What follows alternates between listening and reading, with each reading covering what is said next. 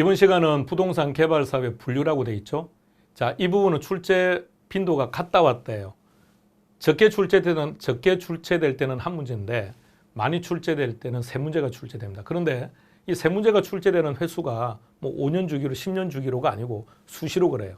한 문제 나왔다가 그 다음에 세 문제 나왔다가 두 개 나왔다. 그러니까 출제 빈도가 아주 높다는 얘기입니다. 잘 정리해 두셔야 됩니다. 자, 문제 들어가 볼까요? 동그라미 1번 같은 형태들은 말입니다. 여러분들 이제 문제를 딱 만나면 지문을 보지 마세요. 딱 포인트는 정해져 있으니까. 특히 PTO와 PTL은 제일 마지막만 보면 돼요. 임차한다는 말이 보이면 리스니까 L이 되는 거고, 만약 PTO라면 운영한다는 말이 있죠.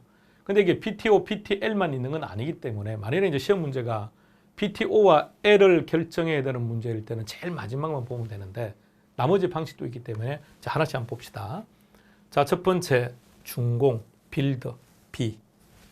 두 번째 귀속, 트랜스펄, T, 임차입니다. 단 여기서 주의하실 것 이거 보시면 안 됩니다. 운영권이라는 말은 PTO든 PTL이든 다 들어가기 때문에 이거를 보고 오퍼레이터 그래서 O를 선택해서 많이 틀립니다. 1번은 정확한 표현입니다. 자, 2번 지문요. 법 제목을 한번 쭉 보세요. 법 제목이 상당히 길죠.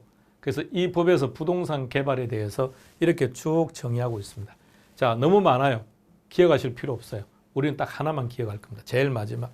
시공을 담당하는 행위는 제외한다. 그것만 기억하세요. 자, 시공을 담당하는 행위는 부동산 개발 행위에 포함되지 않습니다. 그래서 이 부분 때문에 2번이 틀렸습니다. 3번으로 가보겠습니다. 컨소시엄이라는 것은 여러 기업들이 함께 한다는 얘기죠. 근데 여러 기업들이 함께 개발 사업을 한다는 얘기는 대규모 개발 사업입니다. 이 대규모라는 말을 잘 생각해 보세요. 대규모 사업이라는 말은 말 그대로 사이즈가 크다는 의미 분명히 맞습니다. 그런데 그 의미는 많은 자금이 투입된다는 얘기예요. 많은 자금이 투입된다는 말의 의미는 위험이 크다는 거죠. 그래서 그 위험을 상호 분산시킬 목적으로 여러 기업들이 함께하는 것. 이게 컨소시엄입니다. 자, 4번과 5번은 함께 보시는 게 좋습니다. 자, 4번의 첫째 줄을 잘 보세요. 등가 교환 방식이나 토지 신탁 방식은 둘 다 이런 형태입니다. 토지 소유자는 갑돌이고 개발비를 투자해서 개발을 하는 사람은 을돌이고 이 둘 다 등가 교환과 토지 신탁 방식의 기본 절차입니다. 이런 형태예요. 그러니까 이 둘은 토지 소유자는 토지를 출자하고 개발업자는 개발을 하고 이런 스타일인데 그럼 둘은 근본적으로 뭐가 다르냐? 수익을 이렇게 개발을 해서 분양을 하거나 임대를 해서 발생한 수익을 두 사람이 토지 소유자와 개발업자 두 사람이 서로 나누어서 가지게 되면 토지 신탁 방식이라고 그러고요. 또는 토지 개발 신탁이라고 부르는 거고 건물을 완성된 이 건물을 자신들이 출자한 비율 갑은 토지를 출자했죠. 그 금액이 얼마인지 산정할 수 있겠죠. 을은 개발비를 투자했죠. 그 비용이 얼마 들어갔는지 산정할 수 있겠죠. 요 금액의 비율에 따라서 건물을 서로 나누어 가져가는 것. 이것이 등가 교환입니다. 그래서 4번 지문을 한번 볼까요? 그 기여도에 따라 여기서 말하는 기여도라는 것은 여기서 투입된 이 비용을 이야기하는 거죠. 그것에 따라서 토지와 건물의 지분을 갖는다. 건물을 나눈다는 뜻입니다. 자, 여기서 하나만 더 기억하세요. 자, 4번에서 이런 표현을 하나 정리해 놓으시기 바랍니다. 여러분들이 중개사 공부를 하시다 보면 등가 교환 방식에서 이런 표현이 보일 겁니다. 공사비를 대물로 변제한다. 이거 안 보시고 시험 보러 갔다가 말 만나면 답 전혀 못 찾아요. 완전히 생뚱맞는 표현이죠. 자, 어떤 거냐면 이렇게 한번 보세요.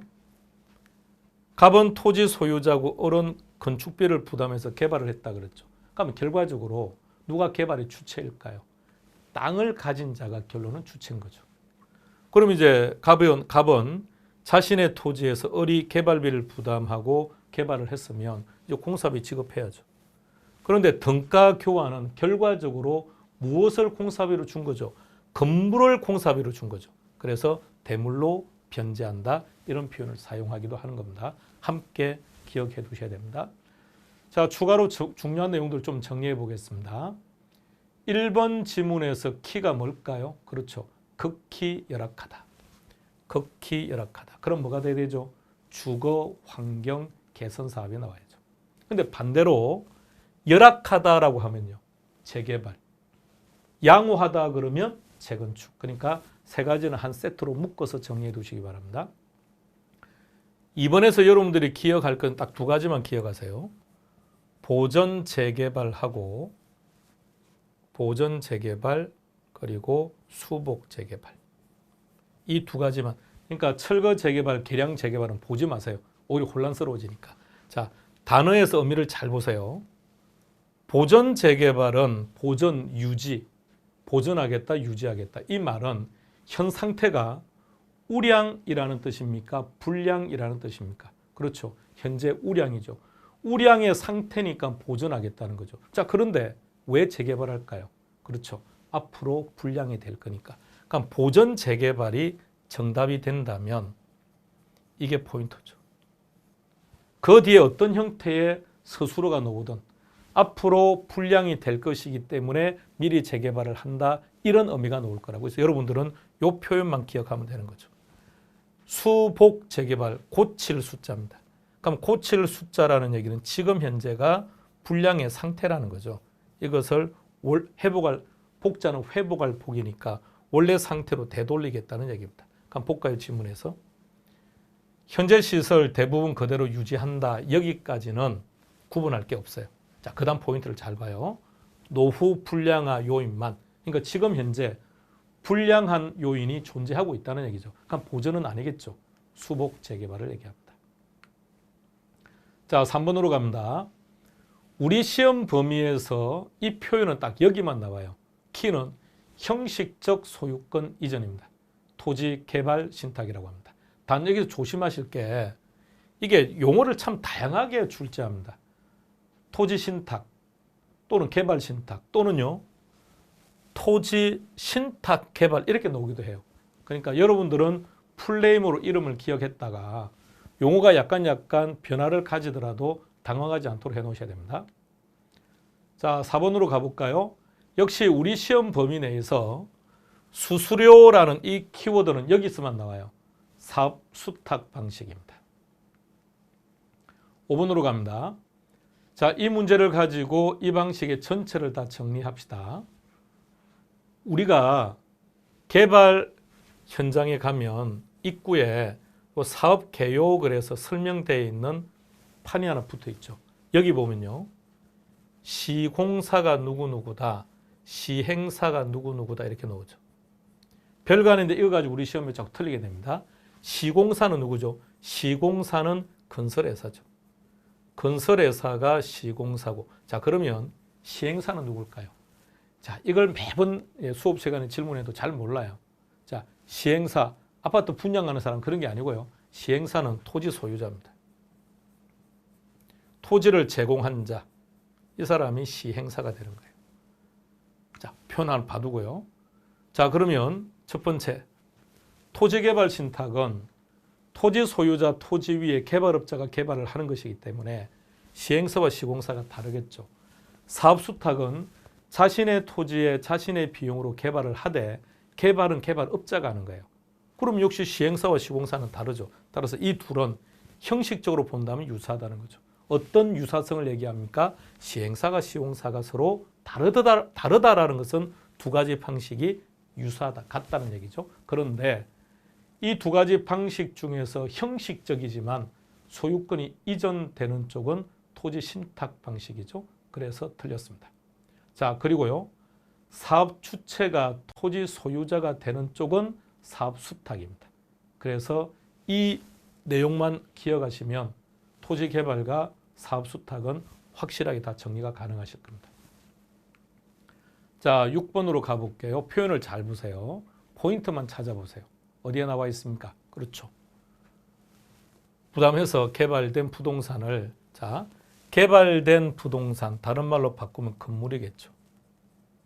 건물을 그들의 출자 비율에 따라서 나눈다. 이것을 등가 교환 방식이라고 합니다.